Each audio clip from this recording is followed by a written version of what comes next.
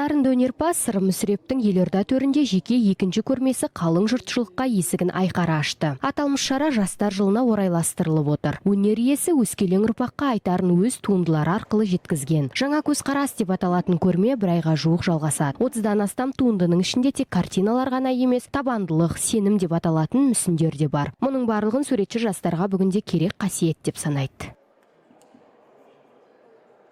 Бұл көрменің негізгі мақсаты бұл өнер шындықтан туындайды, ал шындық бұл ақиқат. Яғни адам жанының тазалығының арқасында өнер шығады, өнер тазалықты қалайды. Осындай тақырыппен ұйымдастырылып отырған жоба. Жастарға едәуір үлкен серпіліс беретіндей, және де өнердің бір шекпенін жаңа көзқарасқа, жаңа бағытқа қарай итермелеп көрсететіндей туындылар.